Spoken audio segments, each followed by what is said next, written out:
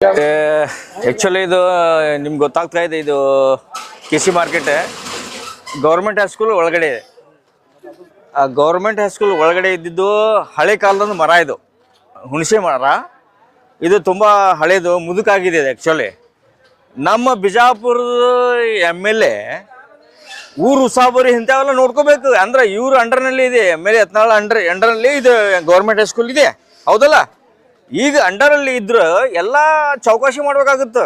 MLA ಕೆಲಸ ಅಂದ್ರೇನು, ಏನೇನು ನಡೀತಾ ಇದೆ ನಗರದಲ್ಲಿ ಅದು ಎಲ್ಲ ನೋಡಿದ್ಬಿಟ್ಟು ಇದು ಯಾವ ಕಾಲದಾಗಿದ್ದು ನೋಡ್ಬೇಕಿದು. ಮರ ಉಸಾಬರಿ ಮಾಡ್ಕೋತಿ ಎಲ್ಲ ಕಡೆ ಭಾಷಣ ಮಾಡ್ಕೋತ ತಿರುಗಾಡ್ತದೆ ನಮ್ಮ ಸಿಟಿ MLA.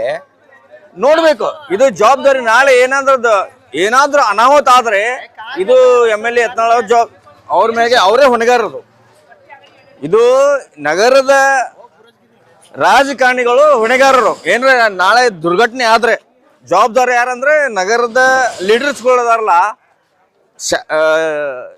ರಾಜಕಾರಣಿಗಳು, ಅವ್ರದೇ ಜವಾಬ್ದಾರಿ. ಯಾಕಂದ್ರೆ ಎಲ್ಲ ನೋಡ್ಬೇಕಾಗತ್ರಿ.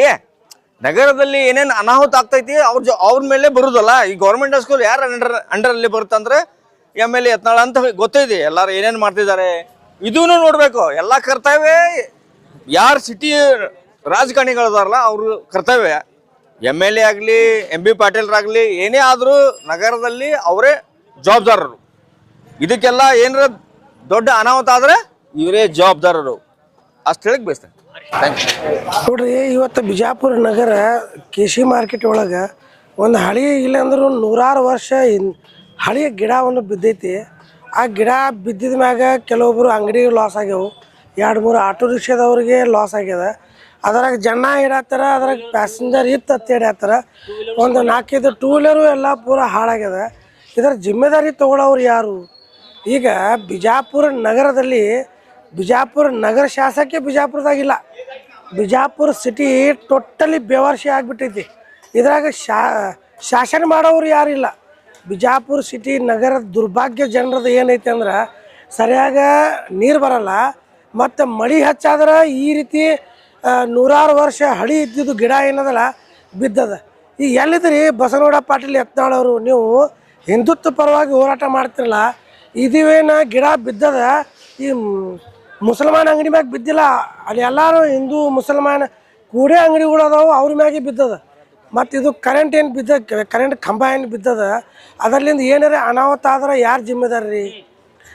ನೀವು ಅದೇ ರೀ, ನೀವು 2,000 ರೂಪಾಯಿ 2,000 ಕೋಟಿ ರೂಪಾಯಿ ಕೊಟ್ಟು CM ಆಗ್ತೀನಿ ಅಂತೀರಿ, ಮತ್ತು ಜನರ ಪರವಾಗಿ ನೀವು ಏನೋ ಕಾಳಜಿ ಮಾಡಲ್ಲ ಅಂದ್ರೆ ಹ್ಯಾಂಗೆ CM ಆಗ್ತೀರಿ? ಇದರಲ್ಲಿಂದ ಜನರಿಗೆ ಏನು ನೀವೇ ತೋರಿಸ್ಕೊಡಾಕತ್ತೀರಿ.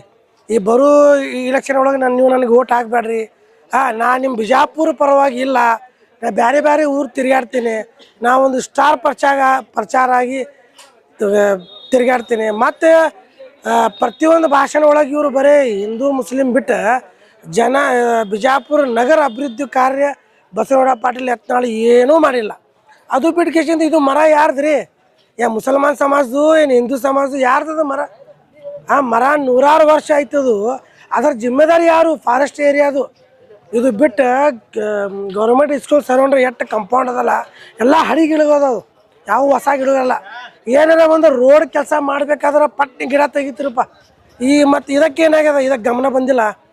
ಈಗ KPದವ್ರದ್ದು ತಪ್ಪು, ಮತ್ತು ಇದು ಏನದಲ್ಲ ಇದು ಗಿಡದ್ದು ಏನು ಬಿದ್ದದ ಈ ಮಹಾನಗರ ಪಾಲಿಕೆದು ತಪ್ಪು. ಮತ್ತು ಎಲ್ಲಕ್ಕಿಂತ ಹೆಚ್ಚಿಗೆ ತಪ್ಪು ಅಂದ್ರೆ ನಗರ ಶಾಸಕ ಬಸನಗೌಡ ಪಾಟೀಲ್ ಯತ್ನಾಳದವರು ತಪ್ಪು ಐತತ್ತ ಈ ಮೂಲಕ ನಾವು ಹೇಳಕ್ಕೆ ಇಷ್ಟಪಡ್ತೀವಿ.